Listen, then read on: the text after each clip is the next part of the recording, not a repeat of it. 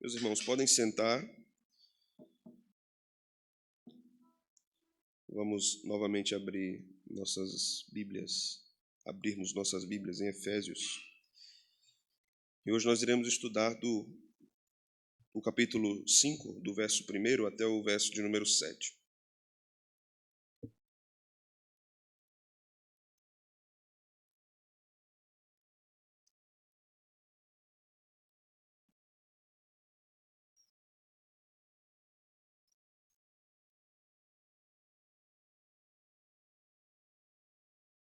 Efésios 5, do verso 1 ao verso de número 7.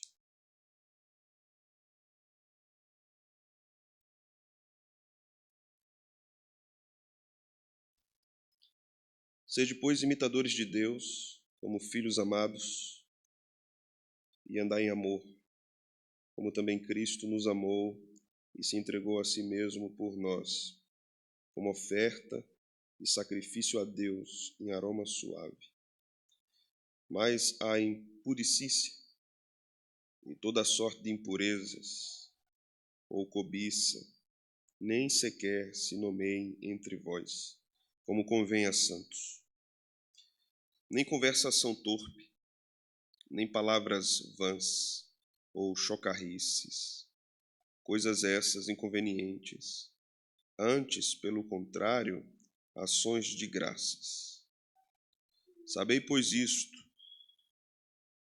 nenhum incontinente, ou impuro, ou avarento, que é idólatra, tem herança no reino de Cristo e de Deus. Ninguém vos engane com palavras vãs, porque por estas coisas vem a ira de Deus sobre os filhos da desobediência. Portanto, não sejais participantes com eles. Amém. Vamos orar?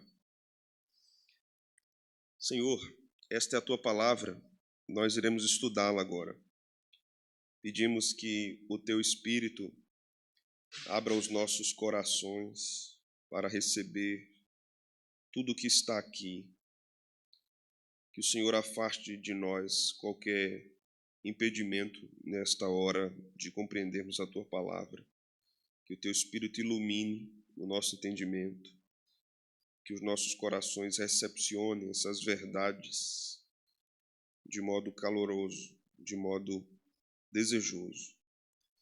Que haja hospitalidade no nosso coração em receber o ensino da tua palavra, as exortações que provêm dela, os encorajamentos, as consolações. Que o Senhor nos ensine a olharmos corretamente para nós mesmos, para o outro, para a igreja, para aqueles que não temem ao Senhor e vivem em rebeldia contra o Todo-Poderoso e contra o teu Evangelho. Nós te pedimos que nos tornes a cada dia, Senhor, um povo mais santificado, mais comprometido com a tua palavra, mais reflexivo a respeito do que o Senhor fez por nós e do que o Senhor faz por nós, de como o Senhor trata-nos, seja no ato da nossa salvação, na história, no tempo, na justificação, seja na caminhada de um discípulo carregando sua cruz e tropeçando muitas vezes. Nós reconhecemos que nós somos fracos, nós caímos, nós pecamos. Nossos corações desejam muitas vezes as coisas que não deveriam.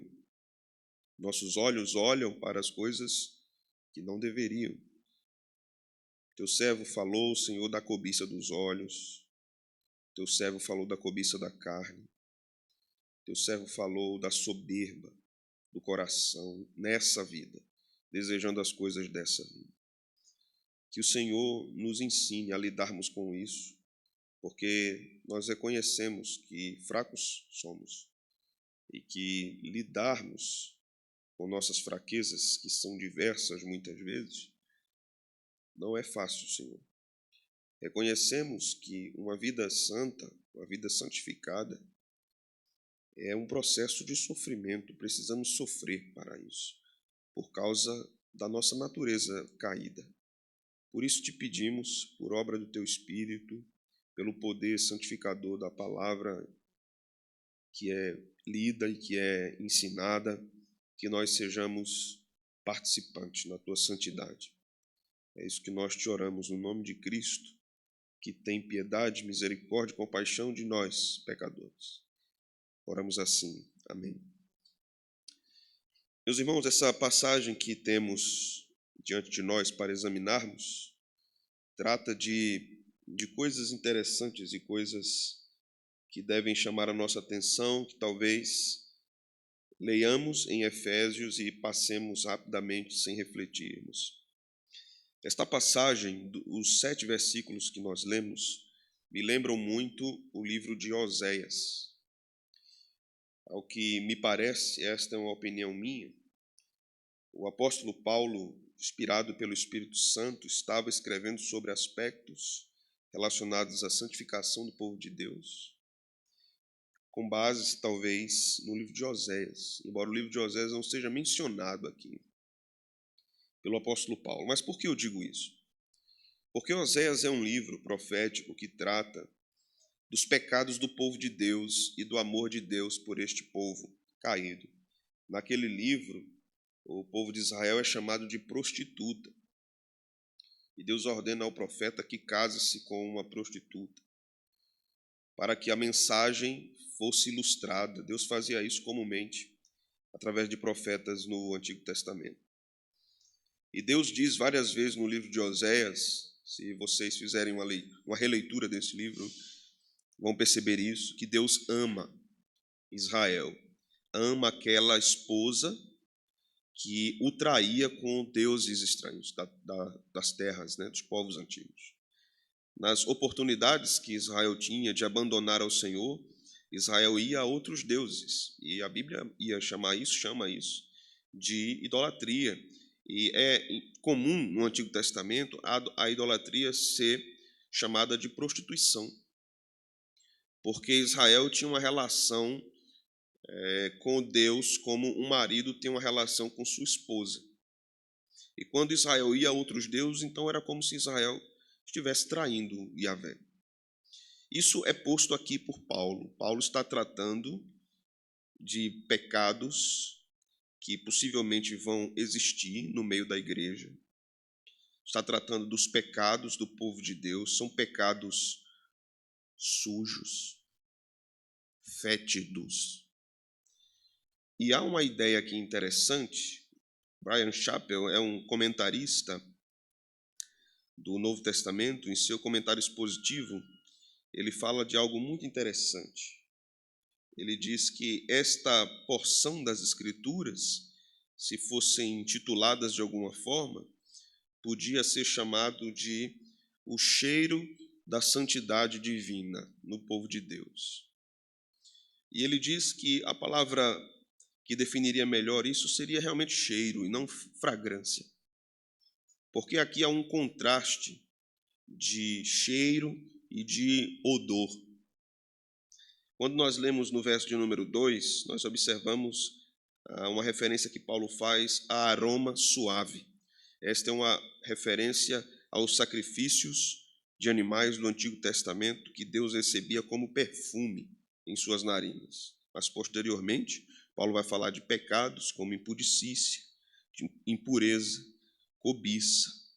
Ele vai falar de conversações indecentes, palavras vãs, chocarrices, coisas inconvenientes que não se devem nem referir-se a elas no meio do povo de Deus. Paulo vai falar de impureza, Paulo vai falar de avareza aqui. Então é como se esses outros pecados fossem o odor do pecado, o fedor do pecado, em contraste com a vida santa que sobe a Deus como perfume às suas narinas, que alegra a Deus pelo perfume que sobe. Aqui nós vamos observar que muitas coisas colocadas por Paulo aqui estão em contraste também com o que ele disse em Colossenses, disse em Gálatas e disse em 1 aos Coríntios. Há aqui uma teologia paulina propriamente sobre como Deus lida com os pecados do seu povo. E há uma curiosidade aqui muito interessante, porque quando Paulo fala no verso 5º, sabei, pois isto, nenhum incontinente ou impuro ou avarento, que é idólatra, tem herança no reino de Cristo e de Deus. Ele se refere aos de fora como idólatras, ele não se refere ao povo de Deus como idólatra. Ele está, de fato, dizendo que o povo de Deus, a igreja, não pode ter os idólatras como referência para a sua própria vida. Ele não está negando que a igreja pode ser alvo ou pode ser agente desses pecados que os idólatras também cometem. Mas ele nos diz algo importante aqui, que mesmo quando o povo de Deus cai nesses pecados, eles não são considerados idólatras, porque eles servem a um outro Deus, ao Deus verdadeiro, ao Deus que Paulo está ensinando. Então, Paulo vai nos ensinar aqui sobre questões profundas do coração. Paulo vai nos ensinar sobre o comportamento que revela questões interiores do coração. Este texto nos convida a uma reflexão atenta sobre estes pecados que estão contidos aqui no meio do povo de Deus. Não só de modo externo, mas de modo interno também.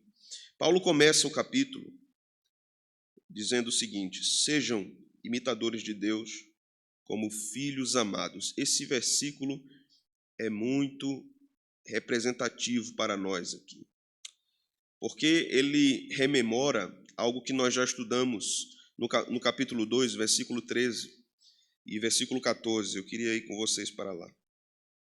Capítulo 2, versículo 13 e 14.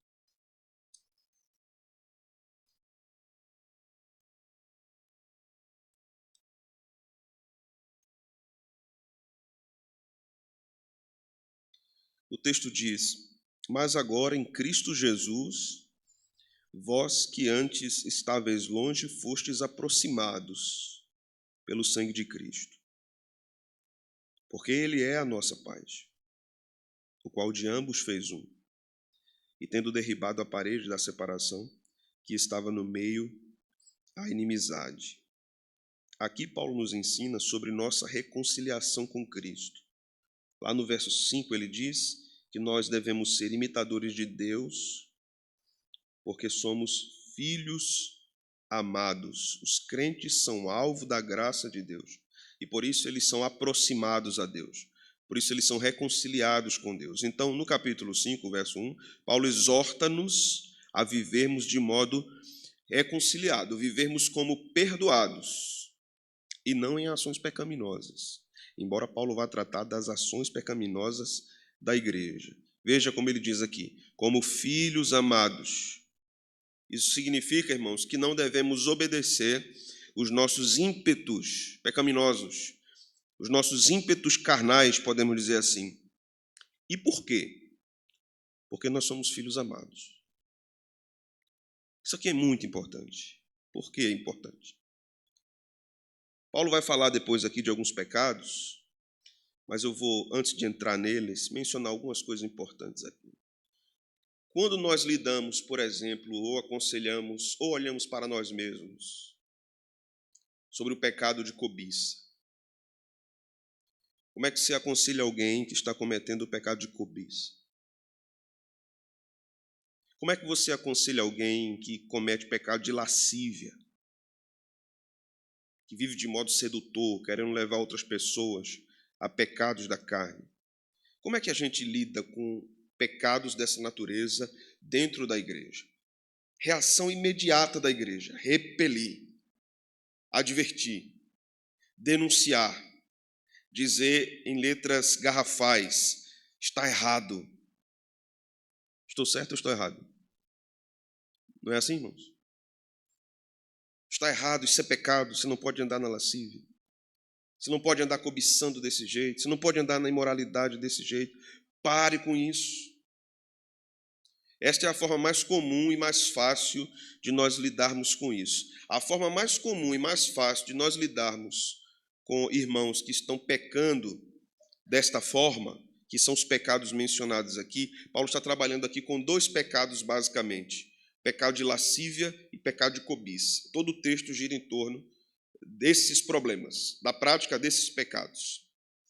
Então, repelir, corrigir, repreender, rechaçar esses pecados são a forma mais imediata. É mais fácil corrigir esses pecados nas pessoas envergonhando-as. Envergonhando-as. Veja só quem você é. Olhe como você está vivendo.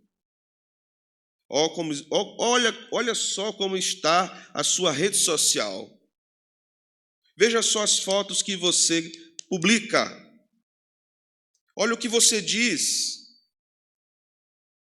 Olha onde você está. É mais fácil corrigir essas pessoas envergonhando-as. Porque nos dá um ar de uma sensação de fidelidade ao Evangelho. Estamos defendendo o Evangelho. Nenhuma lascívia, nenhuma cobiça pode estar no nosso meio. As pessoas estão vivendo isso de modo público. O que é que vão dizer de nossa igreja? O que é que vão dizer de nós por aí? Vão dizer, será que nós estamos encobrindo pecados de irmãos? Ou estamos protegendo irmãos que estão vivendo desta forma desordenada no meio da igreja? Paulo vai nos mostrar aqui que esses pecados, todos esses pecados aqui, de lascívia, de impureza, de cobiça, eles podem acontecer dentro da igreja. Isso não é uma questão hipotética, isso é uma questão real. A cidade de Éfeso era uma cidade extremamente imoral e a igreja estava na cidade de Éfeso. Quando nós observamos o contexto da cidade de Corinto, vamos ver que a igreja pecava à semelhança da cultura de Corinto. Quando nós vamos ver o contexto da cidade de Colossos, vamos ver que a igreja pecava à semelhança da cultura de Colossos. Assim era em Filipos, assim era em Éfeso. Mas como é que Paulo trata isso aqui? Os crentes estão pecando, os crentes estão andando desordenadamente, e como é que Paulo lida com isso em primeiro lugar? Observe que Paulo não lida em primeiro lugar com uma advertência. Paulo não lida, de fato, inicialmente com uma advertência. Paulo diz assim: vocês são filhos amados. Você entende isso? Paulo vai falar de pecados que estão acontecendo na igreja, mas ele começa dizendo assim: minha cá, você sabe que Deus ama muito você. Você sabe que Cristo morreu por você. Você sabe que você é perdoado por Deus. É o que ele diz no verso 32 do capítulo 4. Meu irmão, minha irmã, você sabe que você é perdoado por Deus e Deus ama você profundamente. Você é um filho, uma filha, amado ou amada de Deus. É assim que ele começa a repreensão. Percebe? Percebe que Paulo não começa assim, senta aqui. Rapaz, você é crente ou não? Porque para mim você não é crente, você anda desse jeito. Olha como você fala, olha como você olha, olha como você anda. Você anda troncho, não devia andar assim, devia andar reto. Olha como você lida com as situações que estão ao seu redor. Olha como você está, olha a situação que você está. Rapaz, eu não sei se você é crente não. Tenho para mim aqui minhas dúvidas se você é verdadeiramente crente porque está andando desse jeito. Porque se você fosse crente, você não andava assim. Crente não anda assim. Crente não anda assim. Na minha época, minha avó, os crentes não eram assim, os crentes eram crente mesmo. É preciso considerar que há diferenças, né, de uma pessoa verdadeiramente santificada e uma pessoa somente externamente santificada, não completamente santificada. Porque há aqueles, por exemplo, que estão em pecado de lascívia de modo externo, e há aqueles que estão em pecado de lascívia de modo interno. Como é mais fácil julgar o externo, então a gente julga mais rápido. Porque é mais difícil julgar o interno. O interno só quem vai conhecer é Deus. Então, como é que Paulo começa aqui a lidar com essa questão? Paulo lida da mesma forma que ele usa o argumento no capítulo 5, verso 14 e 15 de 2 aos Coríntios. Paulo lida com o amor de Deus. Lá, na segunda carta aos Coríntios, Paulo vai dizer: o amor de Deus nos constrange. Julgando nós assim, se um morreu por todos, logo todos morreram. Paulo começa a exortação a pecados da igreja de Éfeso, dizendo: Deus ama vocês. Vocês são perdoados por Deus. E aí veja o que ele diz no verso 7. Portanto, o que é que diz aí, irmãos, no verso 7? Não sejais participantes com eles, porque vocês são perdoados, porque vocês tiveram a graça sobre vocês, não sejam participantes com os ímpios. Quando uma pessoa amada deixa de andar na luz, é mais fácil envergonhá-la, é mais fácil levá-la ao medo do juízo externo do que apresentar o amor de Deus para ela. O fato de Deus amar o seu povo é um ensino disciplinador e poderoso. Isso não quer dizer que quando nós afirmamos o amor de Deus para o seu povo, que os processos disciplinares não devem acontecer, não é isso. Mas começa se apresentando o amor de Deus, conforme Paulo diz. Sabe por quê, irmãos? Eu vou dizer a vocês, segundo a minha experiência pastoral, a vergonha e o medo passam. Você pode exortar uma pessoa envergonhando ou trazendo medo sobre ela, mas a vergonha e o medo passam. Amanhã, aquela pessoa não vai estar com vergonha mais não. Ela vai dizer assim: pode dizer a todo mundo aí, não estou nem aí. Aquela pessoa se liberta daquele tipo de cadeia que levava ela à vergonha. Quer dizer, pode dizer todo mundo aí.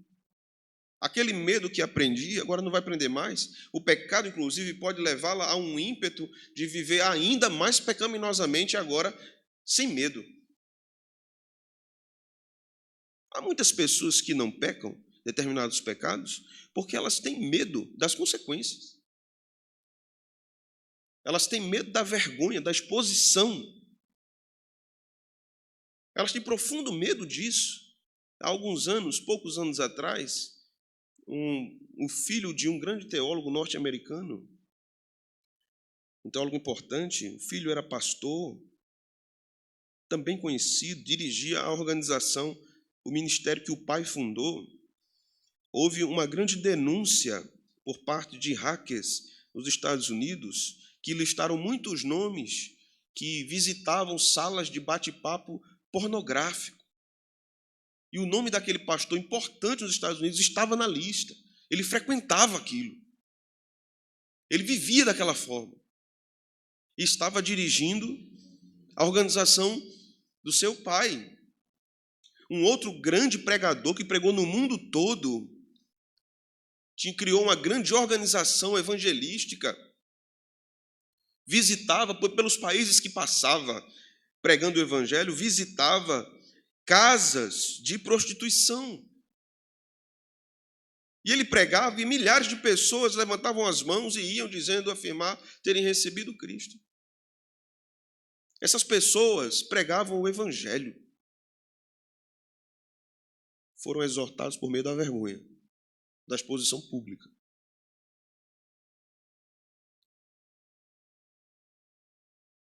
Será que expor, envergonhar e impor medo sobre as pessoas realmente as leva à transformação?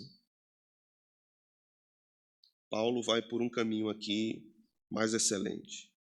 Ele diz, irmãos, sejam imitadores de Deus, como filhos amados.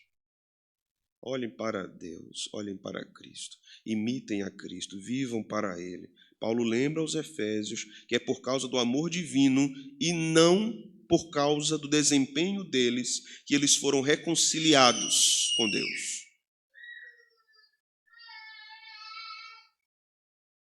Paulo ensina que é disso que nasce o poder da obediência no coração do cristão. É do amor a Deus que no coração do cristão nasce o poder da obediência. Quando o cristão é levado de fato a Deus por conta do amor a Deus que o constrange a viver de modo santo, ele então é agora preparado e abastecido para ter poder para obedecer a Deus pelo Espírito Santo. Sede imitadores de Deus como filhos amados. Veja o verso 2.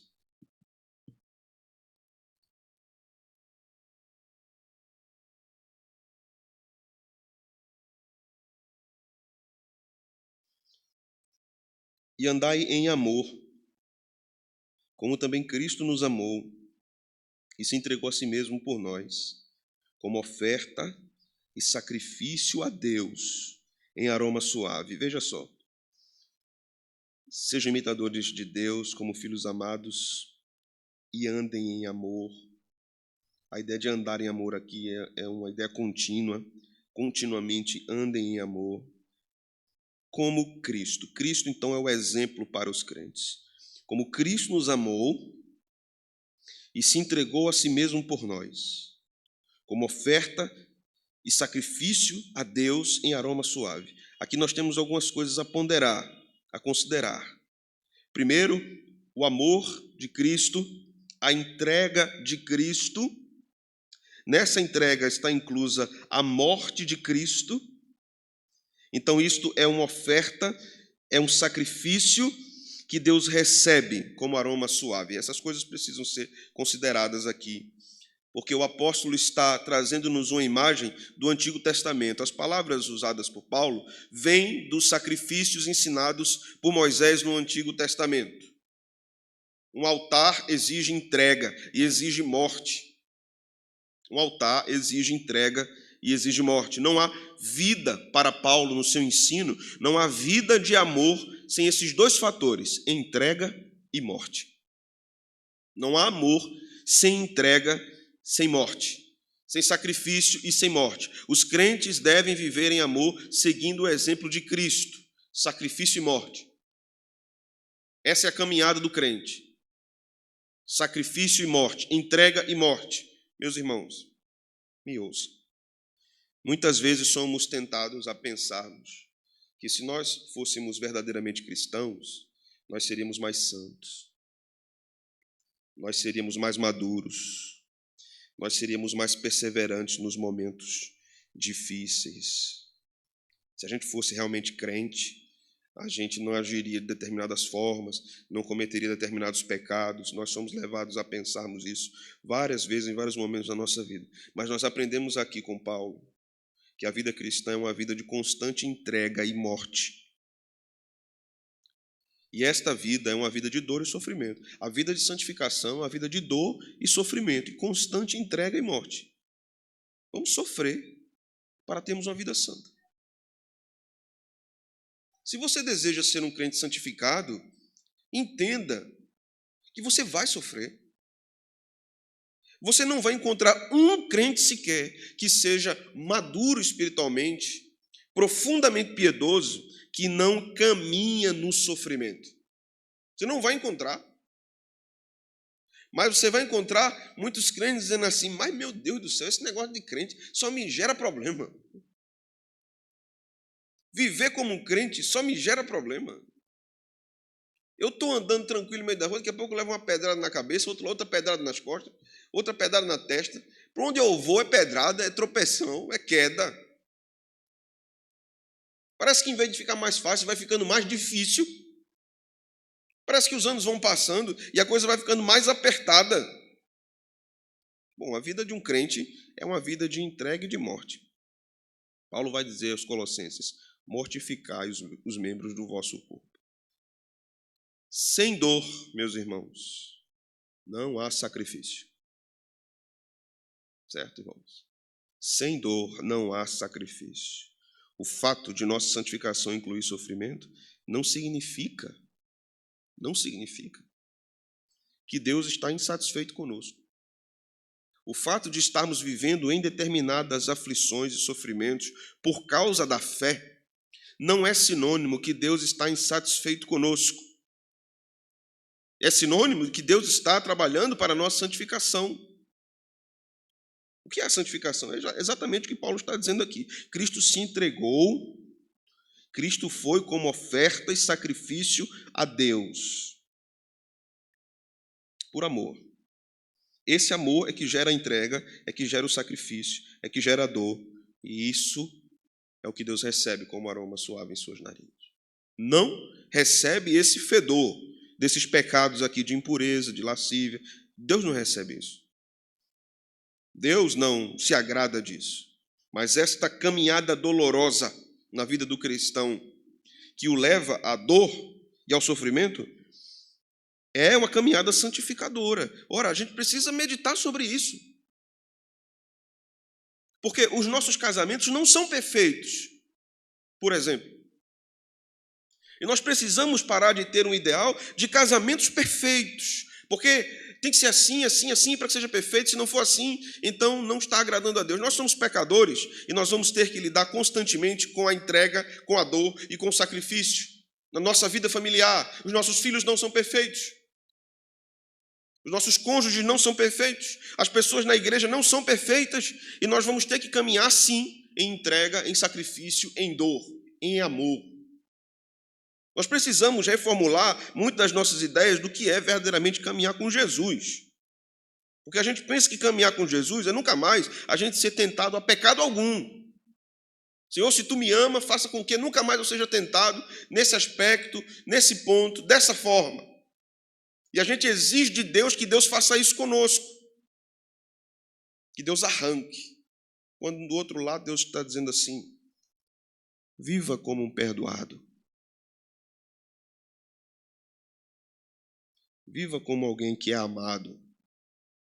Porque o meu amor vai constranger você. Muito. O que nos faz suportar, então, irmãos, essas dores na vida santificada é a nossa apreciação da identidade que nós temos em Cristo. Deixa eu esclarecer melhor isso aqui. Em vez de nós estarmos nos lamentando das dores, dos problemas, das dificuldades que sobrevêm a nós, nós devemos começar a apreciar o fato de sermos filhos amados. Nós temos que mudar o nosso foco. Todas as dificuldades estão ao nosso entorno, mas há uma questão crucial: somos filhos amados. Isso é mais importante do que as outras coisas que estão no nosso entorno. Mas o que é que nós fazemos muitas vezes? Nós queremos que Deus prove de modo material que nós somos filhos amados. E como é que a gente quer que Ele prove? A gente quer que Ele prove assim: Senhor, se Tu me amas, tira essas coisas aqui que estão me atrapalhando, para que eu tenha facilidade de te servir. Se Tu me amas, faz com que seja mais fácil eu te servir. Vocês são diferentes de mim, porque eu penso assim também. Vocês são diferentes de mim. Senhor, se Tu queres que eu faça a Tua vontade, tira essas coisas do meu caminho, Senhor. Tira esses embaraços, tira esses problemas, tira essas confusões na minha frente. Porque isso me cansa, Senhor. Isso me entristece. Tira tudo isso daqui na minha frente, para que eu possa então te servir com alegria. E aí eu leio Paulo, e Paulo me diz assim: não é por aí. Não é por aí. O caminho do amor a Deus é um caminho de entrega, é um caminho de sacrifício, é um caminho de dor. É assim que Deus recebe em suas narinas a oferta como aroma suave. Viva como filho amado, foque no fato de que Deus ama você. Você foi chamado para viver como filho, não como um imundo leproso de um pecado. Você foi chamado para viver como um filho. E para viver como um filho, olhe para o filho e veja que ele se entregou em amor sacrificial. Aprendemos o que com Cristo em relação a isso? Nós devemos nos entregar a Deus em amor sacrificial. Nós devemos entender que a salvação é pela graça, mas Deus requer de nós entrega sacrificial a Ele. Eu sacrifico os meus desejos pecaminosos, eu sacrifico os meus sonhos que não agradam a Deus, eu sacrifico as minhas perspectivas, eu sacrifico a minha autoproteção e a minha autoafirmação. Eu vou sacrificando tudo isso em nome de Deus e por amor a Deus. Veja só o que Paulo vai dizer agora no verso 3. Eu vou usar aqui a versão NVT. Não sei se tem como o Márcio colocar aí, eu acho que tem. O verso 3 e o verso 4, que esta tradução da NVT fica mais claro para nós.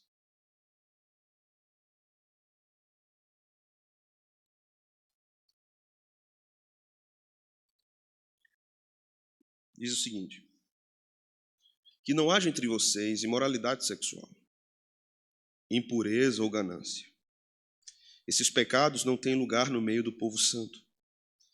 as histórias obscenas, as conversas tolas, as piadas vulgares não são para vocês. Em vez disso, sejam agradecidos a Deus. Veja só o que nós precisamos considerar aqui nesse texto. No verso 3, Paulo diz o seguinte: que a prostituição, a impureza, a avareza nem sequer se nomeiem entre vós. Ou seja, essas coisas não têm que ter lugar no meio do povo. Veja só esta expressão de Paulo como é interessante. Paulo diz assim: não sejam nomeadas entre vocês esses pecados, né? A imoralidade sexual, a cobiça, a impureza. Por que Paulo está dizendo assim? Nem fiquem falando disso no meio de vocês. Porque Paulo está fechando qualquer porta para o pecado, irmãos. Qualquer porta. Paulo está dizendo, irmãos, o pecado muitas vezes começa nas conversas. Em outro lugar, ele vai dizer que as más conversações corrompem os bons costumes. Quando ele fala aqui de impudicícia, que está na atualizada, né, ele está falando de prostituição, que no grego é porneia.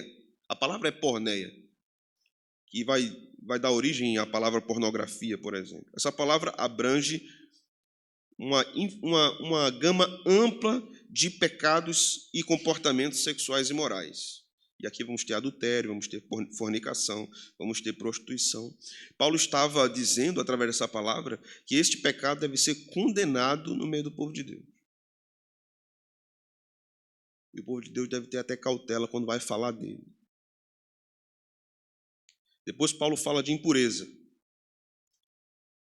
Aqui ele está se referindo a uma impureza moral e também uma impureza física. Devemos nos lembrar de que Paulo está com o Antigo Testamento na sua mente, o Levítico também na sua mente. Então, qualquer forma de comportamento impuro aos olhos de Deus é condenado nessa palavra aqui que Paulo usa, em impureza. Depois Paulo vai falar aqui de cobiça. Este é o 10º mandamento. Você desejar aquilo que não lhe pertence, você não está satisfeito com o que Deus deu. Aqui está incluso também a inveja. Paulo está dizendo, essas coisas não tem que ter espaço no meio do povo de Deus. Por que o povo de Deus tem que ter inveja? Por que o povo de Deus tem que andar em impurezas? Por que o povo de Deus tem que andar em imoralidades? Esses pecados eram característicos na cidade de Éfeso. A cobiça, que está muito ligada aqui à avareza, a prostituição, a impureza também está relacionada a pecados mentais. Nem sequer tenham espaço para as conversações de vocês. Então, o que é que nós temos aqui? Nós temos Paulo nos ensinando muitas coisas importantes. Paulo está afirmando que os crentes têm uma identidade e que eles são exortados a viverem conforme essa identidade, de modo distinto de uma cultura pagã, de um comportamento pagão. Veja que Paulo diz, essas palavras tolas, palavras que não glorificam a Deus, piadas vulgares, não devem ter espaço no meio de vocês. Infelizmente, há muitos crentes que acham graça de questões assim. Participam de grupos, de mesas, de conversas, de grupos em redes sociais com esse tipo de conteúdo e estão indo contra o que Paulo está ensinando aqui. Paulo está dizendo aqui que os crentes não devem ser participantes dessas coisas, como os ímpios são participantes dessas coisas. A mesa do cristão não compartilha esse tipo de pecado. Esse tipo de conversa não está na mesa do cristão. Veja o verso 4 agora. Vamos ler na NVT. Histórias obscenas, conversas tolas ou piadas vulgares não são para vocês. Em vez disso, sejam agradecidos a Deus. Meus irmãos, podemos observar como uma cultura de uma cidade pode influenciar uma igreja. Podemos observar aqui como uma cultura pode uma cultura pode naturalizar-se parte da vivência de uma igreja local e de diversas igrejas locais, porque determinada cultura pode se tornar algo natural dentro das igrejas. Muito natural dentro das igrejas. E Paulo está advertindo, dizendo que não é assim, irmãos. Nós não andamos dessa forma, nem conversação torpe, nem palavras vãs, chocarrices, coisas essas inconvenientes. Antes, pelo contrário, o povo de Deus deve ter uma conversa que enalteça a Deus, que dê a Deus graças por tudo que Deus tem feito. Os cristãos devem, então, estar atentos ao que o Senhor instrui a vida cristã. A experiência cristã é moldada pela relação que temos com o Salvador e sua palavra. Nossos corações, irmãos, são moldados por isso. Paulo, então, diz, privem-se desses pecados. Isso está além do que Paulo escreve aos Efésios. Paulo fala isso também em Colossenses. Eu queria examinar esse texto com vocês mais uma vez. Eu já li esse texto muitas vezes com a igreja, mas eu preciso fazer esse paralelo de Colossenses 3, do verso 1 até o verso 9, para observarmos o pensamento de Paulo sobre esse assunto de modo mais completo.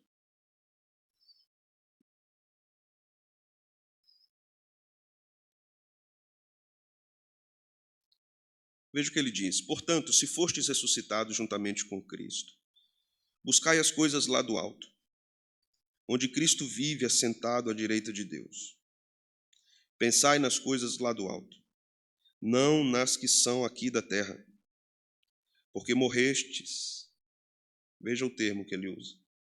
E a vossa vida está oculta juntamente com Cristo em Deus. Quando Cristo, que é a vossa vida, se manifestar, então vós também sereis manifestados com ele em glória. Veja só, no verso 1 ele fala que fomos ressuscitados. No verso 3 ele fala que morremos. No verso 2 ele diz que nós devemos pensar nas coisas do alto. Aqui nós temos algo interessante no jogo de palavras que Paulo aplica. No verso 2 e no verso 5, nós temos uma relação de pensamento e ação.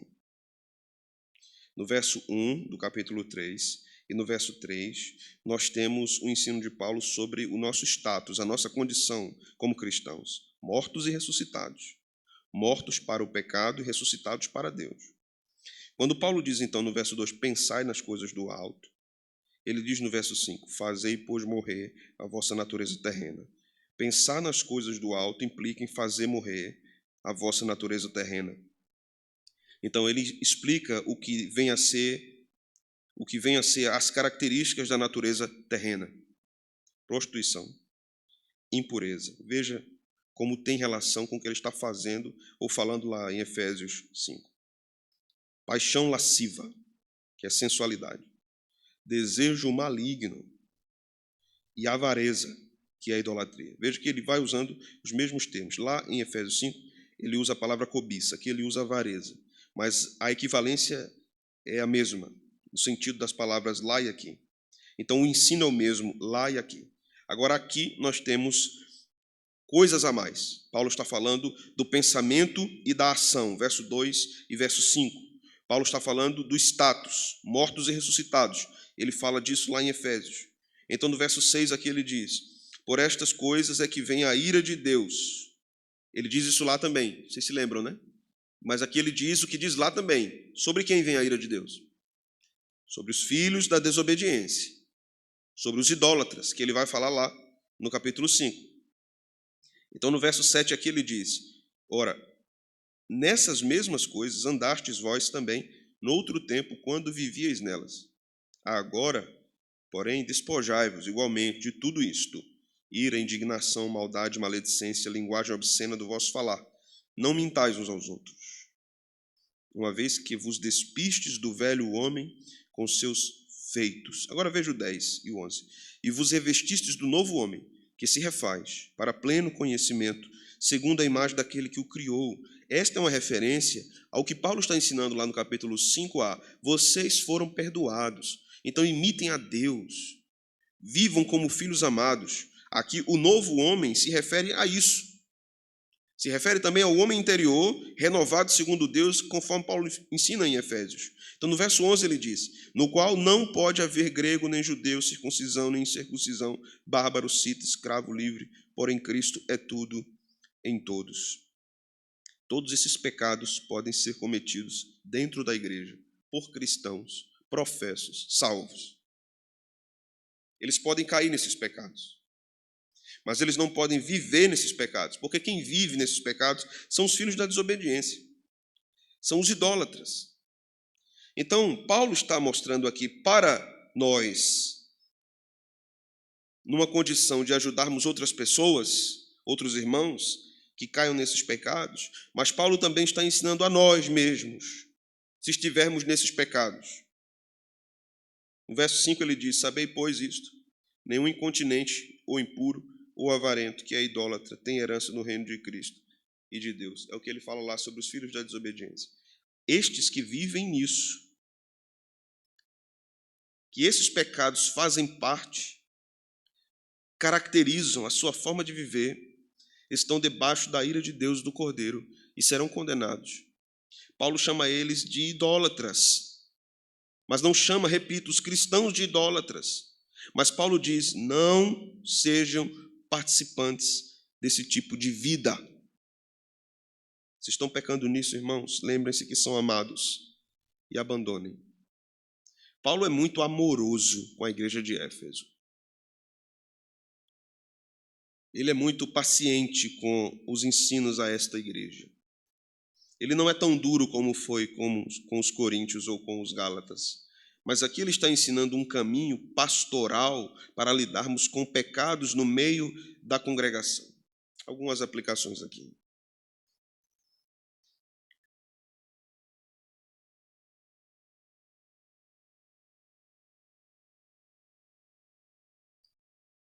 Quando você souber de um irmão que está andando sem honrar o caminho da luz, o caminho do evangelho, procure esta pessoa.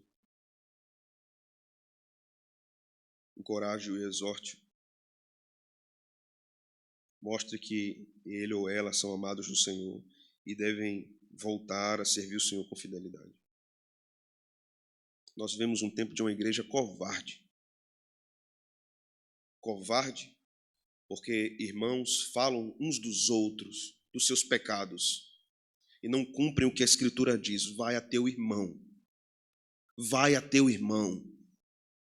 Para a igreja de hoje, quem deve ir ao teu irmão é o pastor.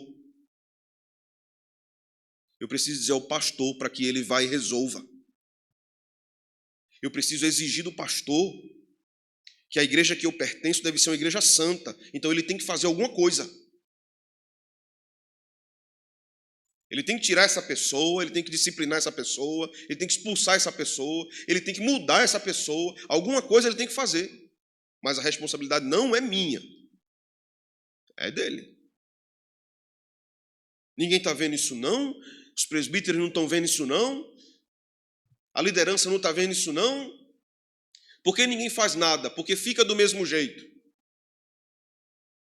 A Escritura nos ensina a cuidarmos uns dos outros, aconselhai-vos mutuamente. Isso pertence a toda a igreja. Sim, a liderança tem grandes responsabilidades para o caminhar de uma congregação. Mas a congregação também tem grandes responsabilidades. E muitas vezes a liderança nem sabe. Nem sabe. E é crucificada. É crucificado. Está falando isso aí, está pregando santidade, mas fulano, está assim, o pastor não faz nada. Ou muitas vezes vem denunciar o pastor, fulana, está assim. Isso ok, você é testemunha disso. Posso chamar e dizer que foi você que me disse? Não quero que me envolva não, pastor. Não diga que foi eu não. Eu vou dizer que foi quem? Que foi o anjo? Que eu tive uma revelação? Você quer ver a igreja mais santa, mais pura? Quero. Então você deve dizer e segurar.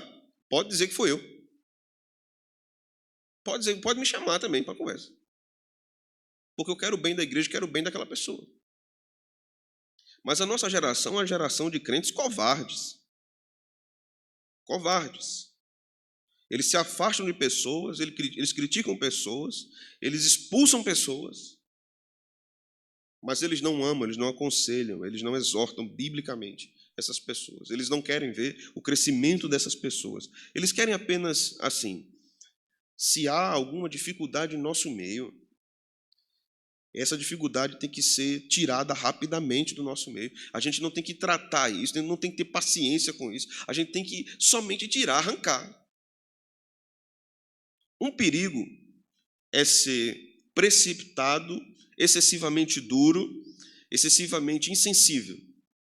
O outro perigo é ser moroso demais. Em nome do amor, não exortar. Em nome do amor, não corrigir. Em nome do amor, não repreender. Esses são dois grandes perigos que a igreja pode viver. A igreja pode aprender facilmente e aprende facilmente a conviver com o pecado ou a conviver com o legalismo. Facilmente. Facilmente uma igreja aprende a conviver com o legalismo. E facilmente uma igreja aprende a conviver com o pecado. É mais fácil quando nós dizemos assim: eu não aceito isso, não aceito aquilo outro dentro da igreja. Porque isso desonra a Deus, desonra o culto, desonra a palavra. Mas a vida desse que fala condiz com o que ele está dizendo e criticando?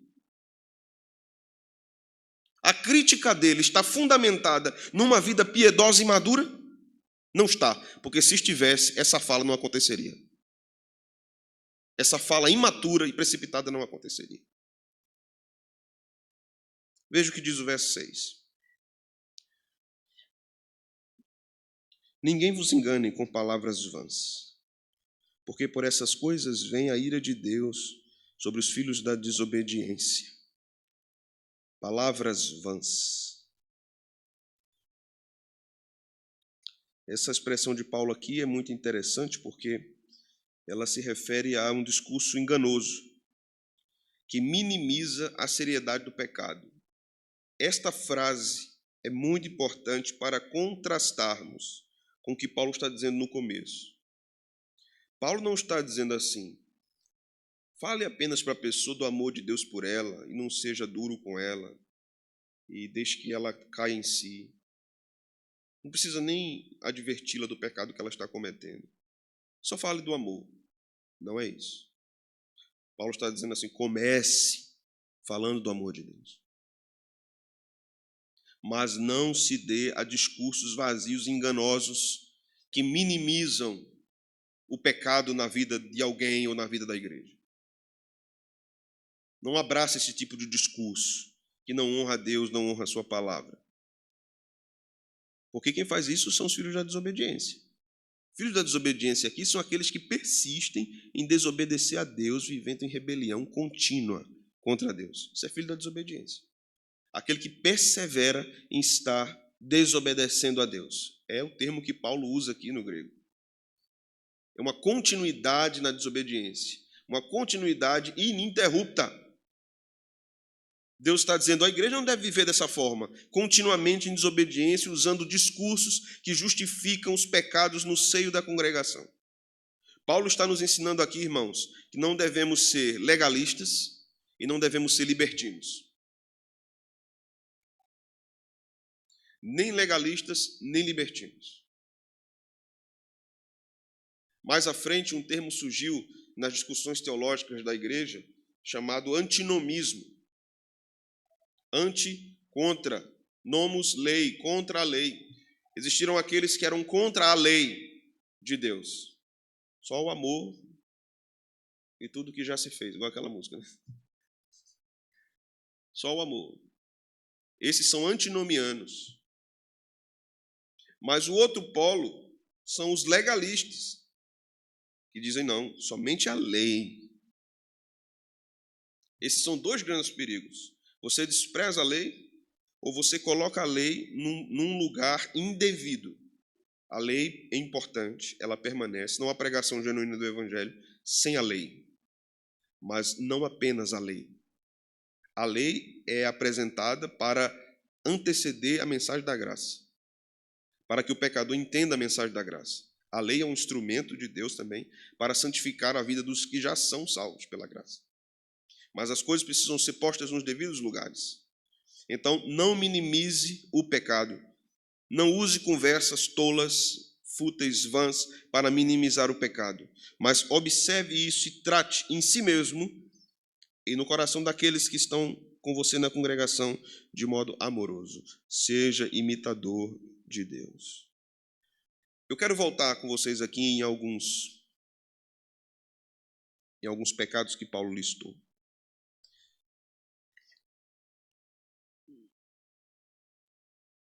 No verso de número 5. Sabei, pois, isto, nenhum incontinente. A ideia de incontinente aqui é aquele descontrolado, que ele não consegue controlar os seus desejos. O contexto aqui são de pecados sexuais. Nenhum incontinente, ou impuro, ou avarento, que é idólatra, tem herança no reino de Deus. Tenhamos cuidado, irmãos, com a falta de controle. A falta de controle financeiro, a falta de controle sexual, a falta de controle em relação ao que comemos, ao que bebemos. Tenhamos cuidado com a incontinência. Use devidamente aquilo que Deus deu e da forma que Deus determinou na sua palavra. Tenhamos cuidado para não alimentarmos impureza. Pensamentos impuros só se perpetuam, permanecem, quando eles são alimentados. É claro que nós não temos poder sobre certos pensamentos que invadem a nossa vida, a nossa mentalidade, a nossa forma de pensar. Às vezes existem tentações por meio de pensamentos que eles aparecem, você não sabe de onde veio aquele negócio ali, eles vêm. Nós não temos poder sobre isso. Mas a permanência deles só acontece se for alimentado. Se esses pensamentos forem alimentados. Paulo vai falar sobre isso em Filipenses, dizendo: tudo que é puro, ocupe o vosso pensamento. Tudo que é puro, tudo que é amável, tudo que é de boa fama, nisso pensai, ocupe o vosso pensamento. Então, como um crente pode lutar pela pureza da sua mente se ele não está apegado às Escrituras? Se ele não está apegado à meditação das Escrituras? Só há uma forma de lutarmos pela pureza da nossa mente: a meditação das Escrituras e a oração. A meditação nos ensinos de Deus. Não há outra forma.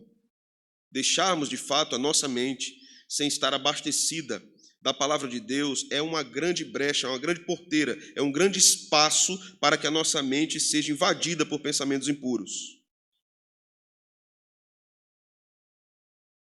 E Paulo fala aqui de avareza. Esse é um pecado que eu posso dizer ser comum a muitos de nós. Refere-se ao desejo insaciável por riqueza ou por posses. Isso é uma idolatria.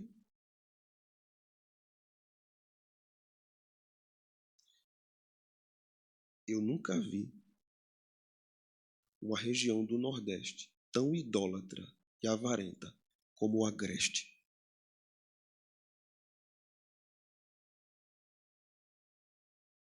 Esta região que estamos é profundamente avarenta e idólatra. Profundamente. Homens e mulheres governados pelo dinheiro, pelo amor às posses. Eles querem mais, querem mais, querem mais, querem mais. São insaciáveis pelo desejo de terem mais. E o desejo por isso, o desejo pelo dinheiro, pela posse, pelo poder, atrai uma série de outras coisas, atrai impureza. Impureza. Porque anda muito conjugado, e a Bíblia mostra isso. O poder, a impureza e a prostituição são pecados conjugados. Olhe para Salomão nas Escrituras. Olhe para Davi nas Escrituras. Esses pecados caminharam com esses homens. Tenhamos cuidado, porque nós estamos numa cultura muito semelhante à de Éfeso, uma cidade importante, comercial, uma cidade central. Há muitas coisas semelhantes, né? De Éfeso com Caruaru. Muitas coisas semelhantes. Era uma cidade idólatra. Ártemis era profundamente adorada naquela cidade. Na verdade, a idolatria, a Ártemis ou Diana dos Efésios, era o sustentáculo do comércio na cidade. Então, a pregação do evangelho ali desafiava a economia, né? Demolia o sucesso econômico. Então a igreja era profundamente incômoda naquele lugar, porque estava destruindo todo um esquema construído culturalmente falando, economicamente falando, politicamente falando. A igreja era uma pedra de tropeço, no sentido da idolatria. A igreja deve ser ainda hoje uma pedra de tropeço, no sentido da idolatria, em qualquer lugar, em qualquer cidade que ela está. Embora ela deva viver amavelmente, pregando o evangelho amavelmente, firmemente, mas ela será um incômodo. Igrejas bíblicas serão incômodas, mas Deus pode fazer essas igrejas cair na graça do povo, como aconteceu lá em Atos dos Apóstolos. Mas aqui nós aprendemos que esse desejo insaciável por riqueza marcava crentes daquela igreja, crentes daquela cidade. Será que isso tem marcado você? Tem marcado você? Hoje eu fazia uma caminhada à tarde e pensava numa série de questões relacionadas à nossa igreja. E eu pensava como os jovens de nossa igreja praticamente não vêm para os cultos de doutrina. Sabe por quê? Porque os pais deles não estão aqui.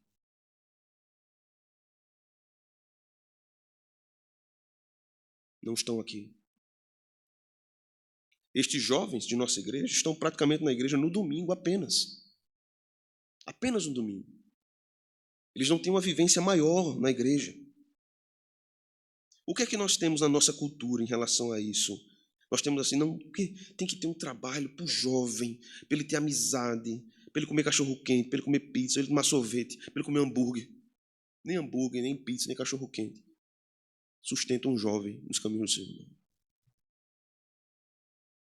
Se ele não tem o evangelho, se ele não ama o evangelho, se ele não ama aprender o evangelho da graça de Deus, mais cedo ou mais tarde ele vai abandonar a fé.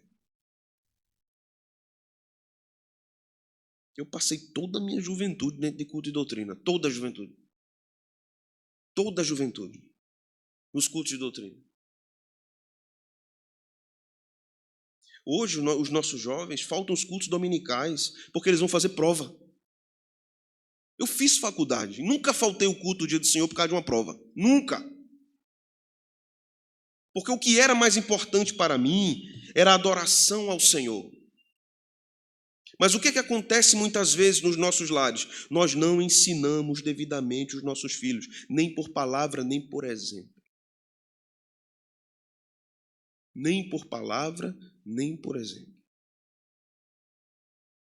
Nós queremos que eles passem nas provas, que eles terminem a universidade, que eles entrem na universidade. E se eles tiverem que abandonar o culto muitas vezes, que aconteça. Que aconteça. Eu não estou me referindo aqui, irmãos, a concursos, a provas preparatórias, não estou me referindo a isso. Eu estou me referindo a uma regularidade. Não estou me referindo a questões pontuais, estou me referindo à regularidade. Depois, muitos crentes querem que o pastor, que os oficiais façam um milagre para sustentar os seus filhos dentro da igreja. Isso não vai acontecer. Não vai acontecer. O que nós precisamos é do evangelho da graça de Deus. Os nossos filhos precisam do evangelho da graça de Deus. Eu sei que trazê-los na quinta, na terça, também não garante nada que eles vão permanecer na igreja. Mas é uma questão lógica. Quanto tempo os nossos filhos passam ouvindo as coisas do mundo? E quanto tempo os nossos filhos passam ouvindo as coisas de Deus? Quanto tempo? Quanto tempo? 40 minutos, 35 minutos de uma aula de escola dominical não resolve a vida de ninguém. Não resolve. Meia hora de um sermão, domingo de manhã, não resolve. Quanto mais a palavra de Deus estiver ocupando a nossa mente, melhor. Mas estamos vivendo um período de esvaziamento das igrejas. Esvaziamento das igrejas. Eu quero terminar fazendo algumas aplicações aqui finais.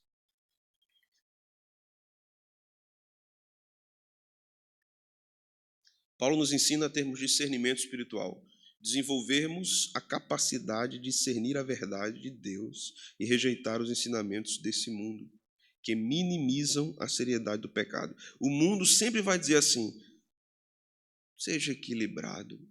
O mundo vai dizer isso. Sempre. Você tem que ser equilibrado.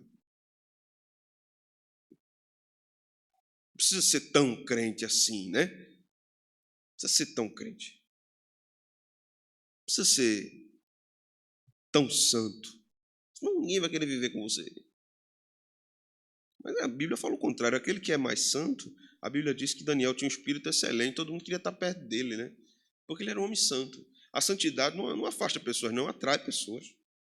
Jesus era santo, Jesus atraía multidões. Paulo nos ensina aqui a vivermos em obediência a Deus.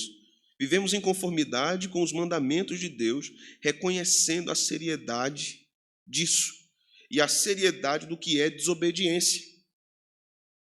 Paulo nos ensina a olharmos para nós, olharmos para a Bíblia, olharmos para o mundo e dizermos: não é bom que vivamos dessa forma, não sejamos participantes com eles. Não sejamos. O que dizer, por exemplo, de cristãos, de jovens que entram na universidade e são tão pressionados a se moldarem à cultura dos seus amigos? As festas, a bebida, as ideias políticas, a necessidade de serem aceitos naquele grupo. Esses jovens precisam ouvir o versículo 7, portanto, não sejais participantes com eles. O que dizer de jovens crentes que, nas suas formaturas na universidade, dançam músicas profanas, que desonram a Deus e postam isso em suas redes sociais, e seus pais dão like?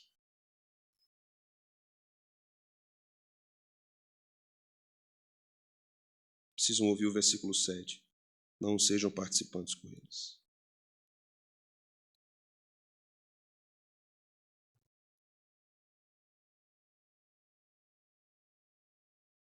Não ser participante significa não compartilhar, não tomar parte dessas ações, especialmente no contexto de práticas pecaminosas. Refere-se a dizermos o seguinte: eu tenho até um apreço muito grande por você, mas isso aqui é o meu limite, eu não posso fazer. Não vou fazer. Não é uma questão de porque minha religião não permite. É uma questão que não tem sentido em termos bíblicos. Não tem sentido. Aí vai um crente, um batizado católico, ser padrinho.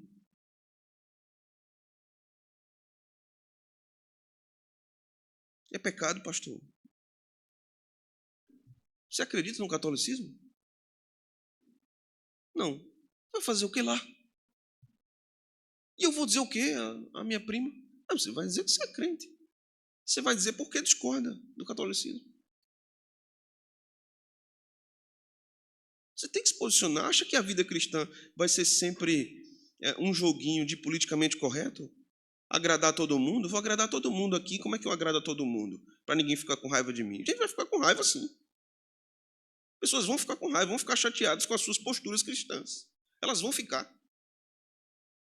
Porque se você é crente, você deve ouvir o que Jesus disse. Ele disse, eu vim trazer espada.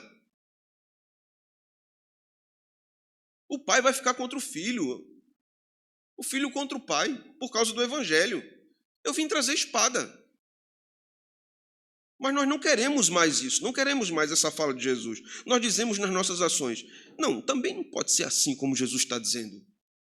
Jesus disse que se teu olho faz pecar, arranca o olho. E a gente diz no nosso tempo, também não é assim não. Tem que olhar por outro ângulo. Também Jesus era radical demais. Você não conheceu e nunca vai conhecer alguém mais amoroso, paciente e cheio de compaixão do que Jesus. Mas também não vai conhecer alguém tão firme contra o pecado quanto Jesus. Os cristãos são chamados para viver de modo santo, separados das práticas pecaminosas do mundo e viver em santidade para Deus. Como nós estamos vivendo, meus irmãos? Como nós estamos vivendo? Nós oramos pouco, nós lemos a Bíblia pouco, nós meditamos pouco. Tudo nosso é pouco. Tudo que nós temos para Deus é pouco. O resto do nosso tempo sempre é, talvez, para Deus. O resto. E ele continua nos dizendo, eu amo você. Com tudo isso, ele nos diz ainda, eu amo você. Você é meu filho amado. Meu filho se entregou por você. Eu tenho profundo amor por você. Mesmo com esses pecados. Deus é santo, justo e amoroso. A igreja é pecadora e alvo desse amor de Deus. Como é que nós podemos responder esse amor? Vivendo para Deus, nos lançando em seus braços. Que Deus nos ajude. Vamos orar.